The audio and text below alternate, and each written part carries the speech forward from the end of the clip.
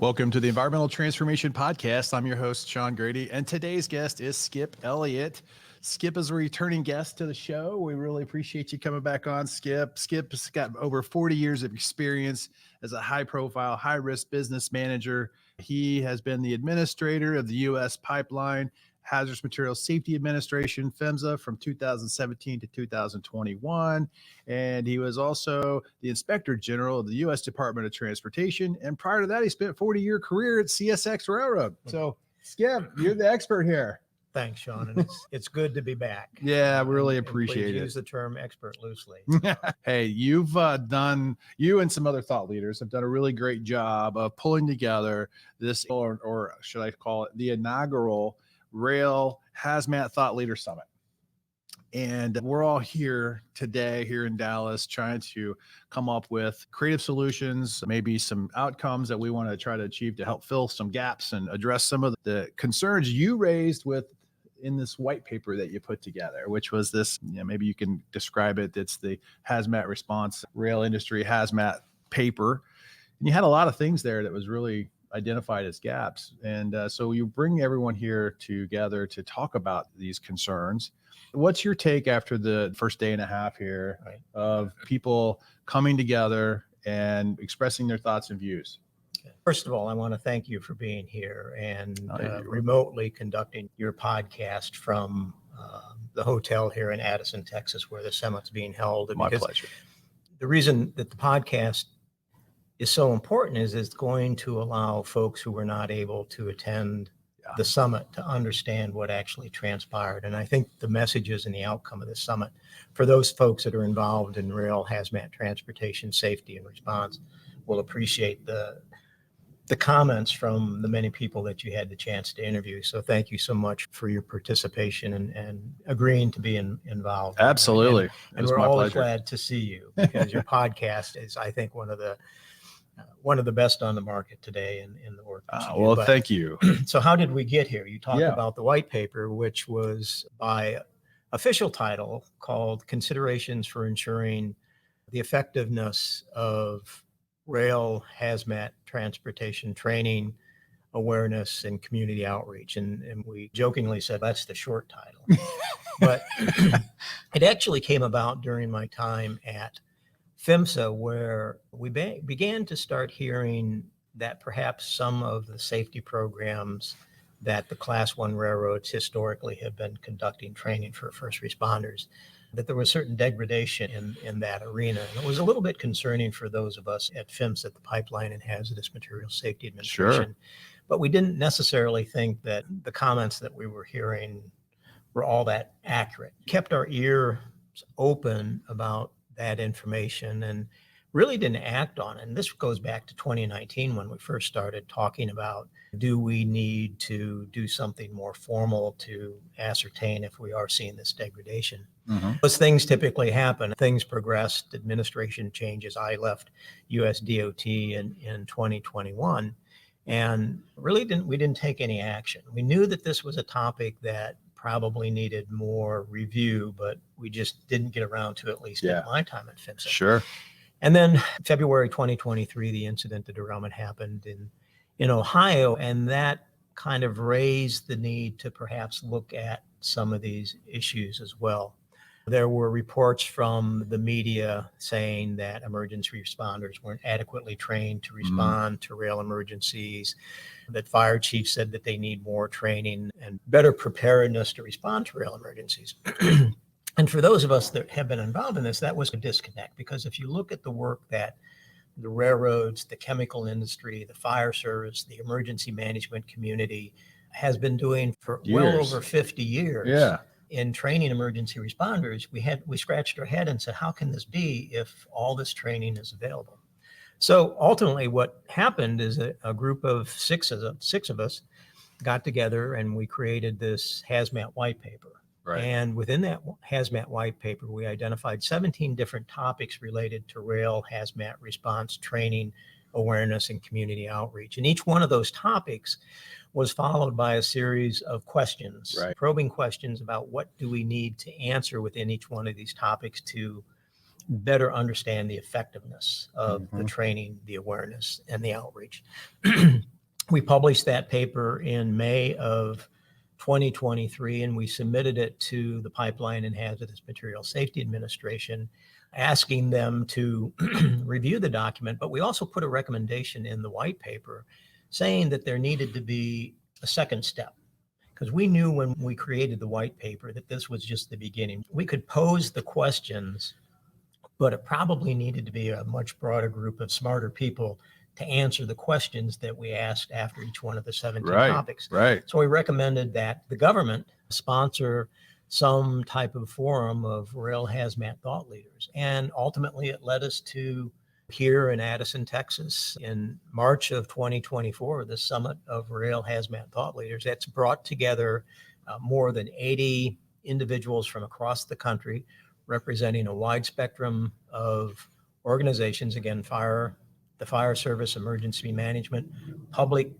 entities, town mayors and presidents and managers, the railroads, private contractors, to basically work through the topics and questions that were presented in the paper. Yeah, and I really like the format too, Skip, that the first day was we all paired up in separate little breakout groups that we could work through topics that were the main 17 topics that you addressed in the white paper, and really trying to answer those questions and spur on the responses to that and get everyone's input. And I thought that was really effective way of gathering the intel that you really, as far as the outcome of this conference, is what you're trying to get. Right. And so I think it was really effective, and kudos to you guys on that, because I thought it was really good. What do you feel has been, like, say, the most impactful in presentation or discussion so far at the summit here? Right.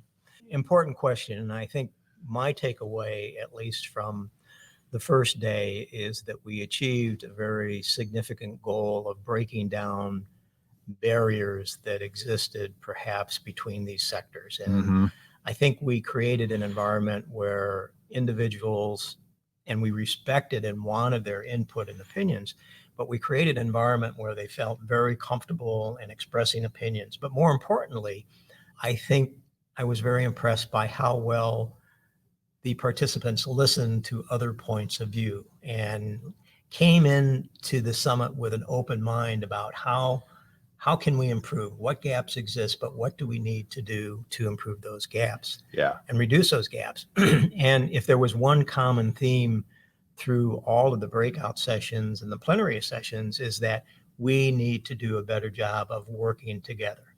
We have this common goal of ensuring the safety of our nation's first responders, and we cannot do that in our individual silos, whether or not it's the chemical industry, the railroads, fire service, emergency. It takes all of us working together with a common message and a common goal of providing the best possible training, outreach. And that to me also was a bit of the aha, is that we're all focused on the same thing. We're going about it in slightly different ways, unfortunately, at sometimes, and sometimes that's perfectly fine.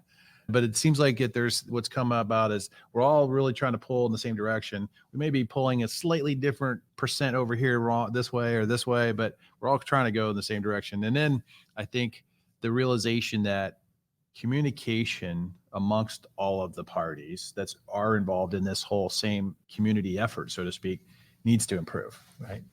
Well, two things. One, I think each individual came into the summit with their own individual perceptions and perspectives. Yeah. And if anything, I saw the willingness of the individual participants to listen to other points of view, knock down this natural parochialness that we have in defending our own territory, part of the pie, our own part of the turf anyway. And there were an awful lot of aha moments and self-reflection when people realized that I can't blame this entity for the fact that we don't get enough training. I have to look within my own organization and what more we need to do in order to ensure that. So I think, and I also think after the first day and now into the second day, is that you bring together this diverse group of individuals, some who have known each other for a long time, some who have never met. But now on day 2, you see this interaction between all these folks that yesterday morning when they came to the first session didn't know each other. Right. And now they're sitting at the table, they're talking about what they have in common. And I think they all find that in the realm of rail hazmat transportation training, awareness, and outreach, they have a lot more in common than they ever thought. Yeah. And going back to, and maybe this was strategic on your guys' part, or maybe the Hammer team, who's involved, and they've done a great job of organizing, and give them some kudos here too. Right.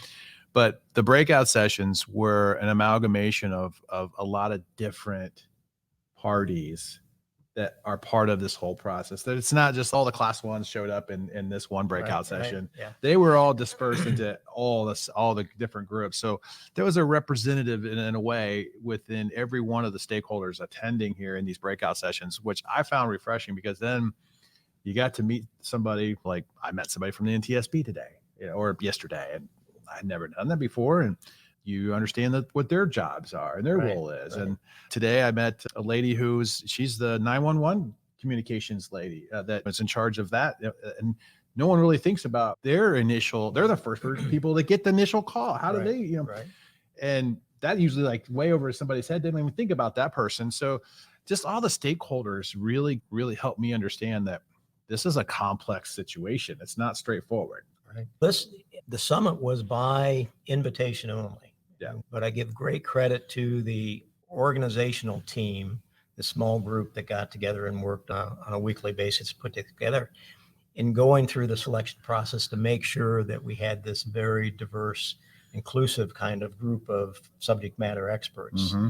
And I think that worked well. And I do actually think you're very correct. I think in the breakout sessions, that diversity and that allowance of differing points of views allowed for a much broader understanding and appreciation of what our next steps should be to come out. Yeah, I heard recommendations out of our group was we need to do this again next year and bring back the success stories that were achieved throughout the implementation year of taking back and working with the various stakeholders that have been identified in this meeting. Right. We knew this was just going to be the beginning. Yeah. And we're still not quite sure yet what the next steps will be. We know there will be next steps, but I think after the summit concludes later this afternoon, there'll be a group of us that get together to talk about our thoughts and opinions while it's fresh in our minds. But then there'll be further discussions about. There were a lot of people that said, just as you mentioned, that they want to see this continue. How will that happen? Who will support that? Will it be PHMSA? And I have to do a shout out for my colleagues at PHMSA One for providing the funding for the summit.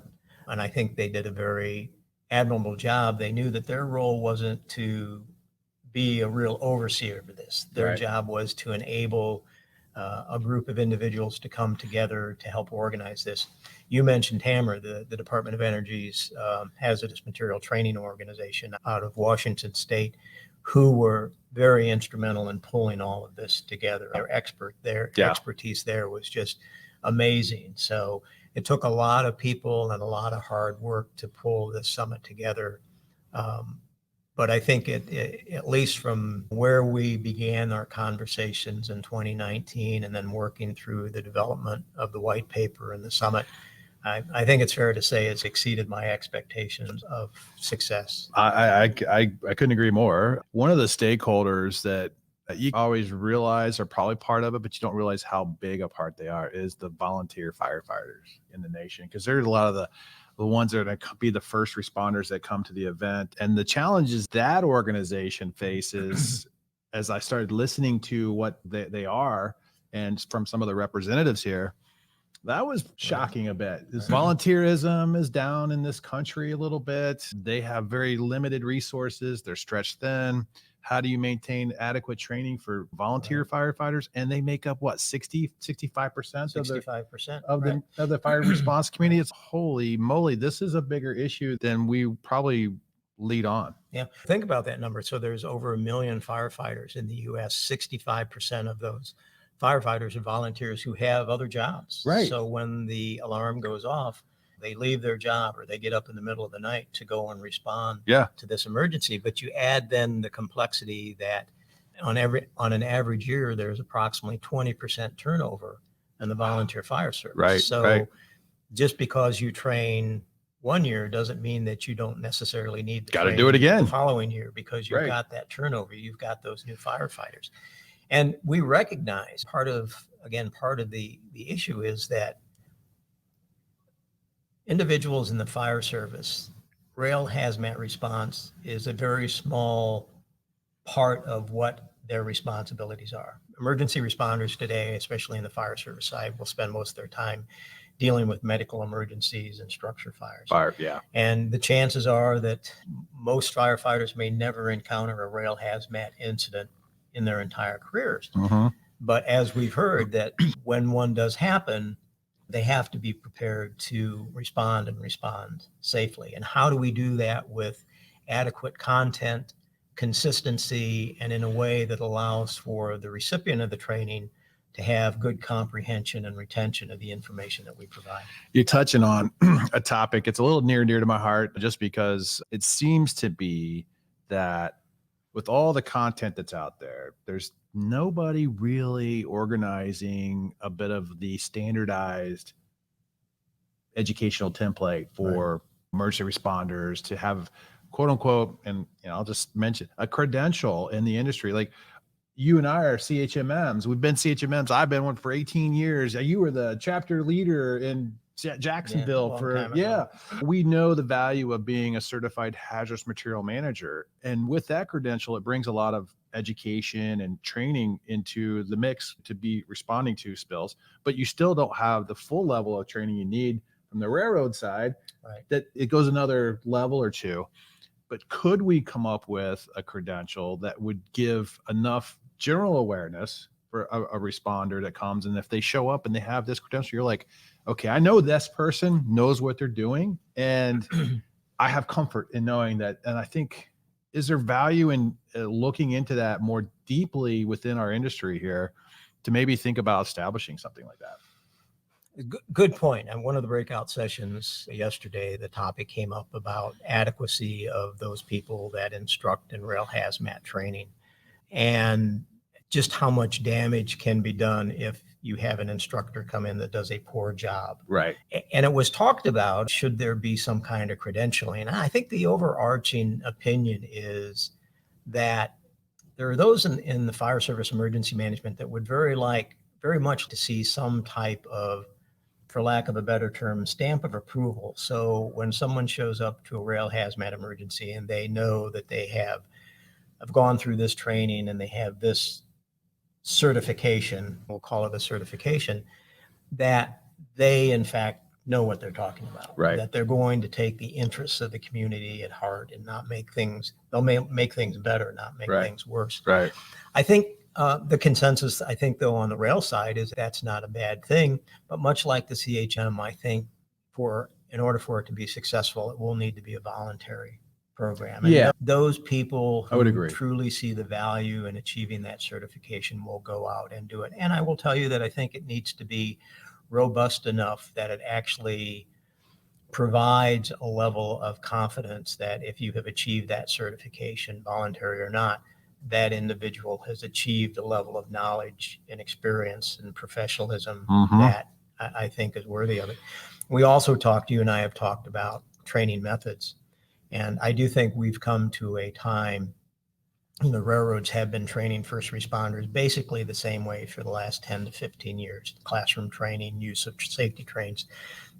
And you and I had this discussion several months ago when I did a podcast earlier about, I think we're to the point where we have to look at more effective ways to train first responders. And we talked about the use of virtual training, augmented training, mixed reality, because I do think that now, and with this next generation of first responder that's coming up, their way of learning, you used the term the other day, they're used to gaming in that. So now we have to create training that is more applicable to their way of understanding and learning. But the advantages of, say, for example, virtual reality training, and this has been proven in the military, is that one, you can do the training just about anywhere, which has been a big issue in rail training. How do you get out to all these individual fire departments and all these thousands, millions of firefighters. But if you have a format where the training is much easier for a first responder to take, whether or not it's in the firehouse or at the computer in their home. Yeah. But I think too, the benefit of kind of a new universe of hazmat training is that you also can achieve greater comprehension and retention by the student. Yeah. And you also make it easier for the student to take that training on a regular basis. Yeah. And that way the readiness is always, you don't lose the muscle memory. Yeah, exactly. Yes. The muscle. And I think too, depending on how creative the trainings are designed, especially if they're really a gamified type training, right. Where you subconsciously are playing the game and you're learning as you play the game that this is what you don't do, or this is how you do this. Right. And before you know it, you're trying to win and score points somehow. I'm just thinking creatively here out loud. But if it was a similar game type training scenario where it was fun, it was repetitive, you'd want to do it over and over because it gave you that dopamine effect by scoring and winning. And by the same time, you're just learning subconsciously. That would be really cool. And I think that's where I think a lot of younger professionals coming in, the Gen Zs of the world coming in, would really be attracted to staying fresh on. And then you had different types of modules that train to that. That could be really effective, I think. Just think about it. You could go in the game, you could build your online team. So a firefighter in Pittsburgh could play one role and he could match up with a firefighter in Tampa, Florida that could play another role. Like you've got, and you could be a team. It is way over my level of understanding how all that happens. And just think, if that team was associated, you had another team that was doing the same type of thing, assembling a team, and you were playing against each other's teams. That's the concept. That's like the way the gaming mindset and design works. But that's far beyond me. But you know what? That's somebody like, I don't know, Google or some other gaming type companies could help solve these problems for us. I think it's fair to say we should probably start at a little bit more basic level. Probably, but hey, we can dream. Yes, we can dream. But I think, Skip, the conference, in my opinion, so far, the summit here has been a huge success. And the stakeholders, from the feedback I'm hearing, is they really appreciate that this is like one of the first times that all of the typical stakeholders that would be or need to be in the same room have actually been in the same room, which is impressive. And again, that thanks to the organizers, a small group of organizers who represented the main stakeholders. And fortunately, and through their experiences, they knew who the key thought leaders in this area were. And thankfully, this was important enough to many people that I think I heard that we have 41 states, people from different sectors representing 41 different states from the U.S. in attendance, which is really amazing. That's great. That's a great turnout. And there was some conversations in the breakouts around identifying additional stakeholders that probably should be here at maybe the next event, just because there's still maybe a few key ones that should be in the room for further conversation to solve some of these issues. So I think, but kudos to the team, like you said, because man, it's been really important and pretty powerful. So at the end of the day, for you, is what would be what you think are maybe the next steps when we're done? Before we get to, maybe it's a preemptive question, what do you think maybe the next steps could be? The work that the participants will do today will be to identify within each one of the discussion groups, of which there were 4, what are the top 3 takeaways, things that they really think are important that need to be acted on next. Obviously, the list of items was much larger than just 3, but what were the top 3? Yeah. So I think if we have that list to work from, and then we'll have to take it back and we'll have to review the list, and we'll have to formulate a way, how do we progress, who will be responsible, and how do we progress at moving forward with these items that the group identify. And that will be, a responsibility. I think, we'll have to get input from PHMSA on how they think we should move forward. It may mean that the group of organizers get back together and provide our opinions. I know the contributors of the white paper will get back together and write a relatively short summary report about our observations for the summit. But as I said earlier, this is the beginning. And I think we don't know yet exactly what the next steps will look like.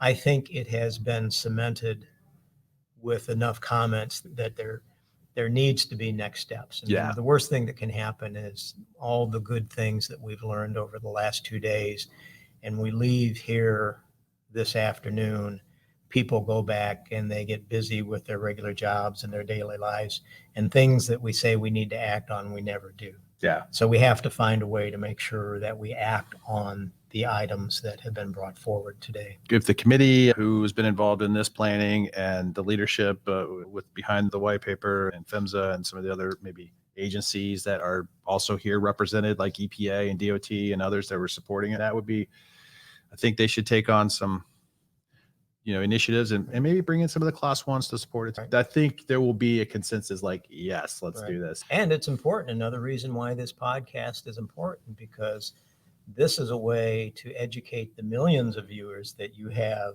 on the summit and the work that we're trying to do. And I do think, even though this is a relatively small nucleus of thought leaders, I think it's important for a much broader audience to understand what we're doing. This is the way that it needs to be done. It doesn't need to be done through rulemaking or regulations. And when you talk about first responder safety and training, awareness, community outreach, you do just what we're doing here, and that's bringing together, the thought leaders in all of these sectors, and you have them work through the issues and the problem, because that's where the answers and the solutions really lie. Yeah, I agree. And I think you hit the nail on the head, where I think we have enough regulations and policies and makers and state and federal type agencies and that are there to do the work that we need to have done. But it's just really that collaboration, that connecting the dots and getting these thought leaders to make the change that needs to happen in some of the areas that has some gaps. Kudos to you, Bill Schoonover, and the rest of the organizing committee for everything. I can't thank you guys enough. And thank you for inviting me to come and participate. Sean, as always, thank you. You bet.